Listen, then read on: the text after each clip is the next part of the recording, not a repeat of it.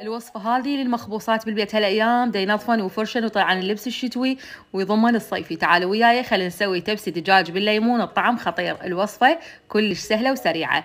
إذا عجبتكم فيديوهاتي خلوا لي لايك وكومنت واكسبلور وضيفوني إذا أول مرة تشوفون فيديوهاتي، وتعالوا نسوي أكلات كلش هواية أكيد راح تعجبكم. هنا عندي دجاجة قطعتها وغسلتها بالخل الأبيض، نقعتها 5 دقائق وبعدين شطفتها.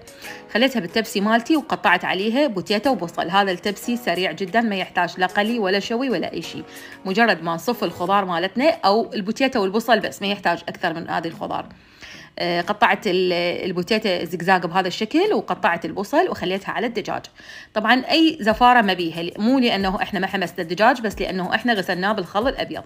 قطعت عليها بصل وسويت عليه الصوص اللي راح ينطي طعمها خيال.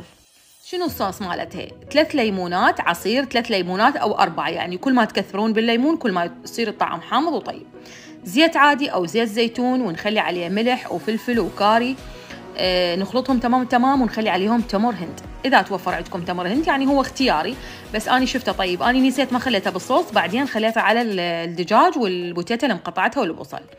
بهذا الشكل اخلط الصوص واخليه على الدجاج. طبعا هذا الصوص قد ما راح تشوفوه قليل راح يزيد، لانه الدجاج راح يذيب سوائل والخضار ايضا راح تذيب سوائل، فراح تصير السوائل بيها كلش هوايه.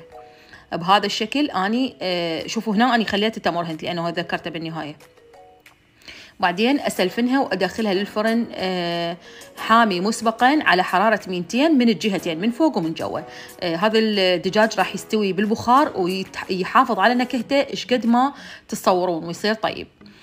بعد الساعة تقريبا فتحته وخليته ياخذ تحميرة للوجه، لأنه الدجاج حتى يصير شكله مكسب. بهذا الشكل فتحته وخليته ياخذ تحميره تقريبا ربع ساعه، وصار شكله يجنن، والطعم ما احكي لكم عنه. اتمنى تجربوه بنفسكم وتحكمون على الطعم ايش قد طيب.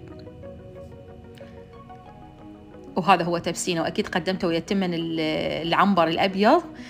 صار شيء خيالي. شكرا لكم وشكرا لوجودكم بحساب المتواضع، وشكرا لدعمكم وكلماتكم الحلوه. منوريني، واي وصفات عندكم وكتبوا لي اياها وانا ان شاء الله اشتغلها. اهلا.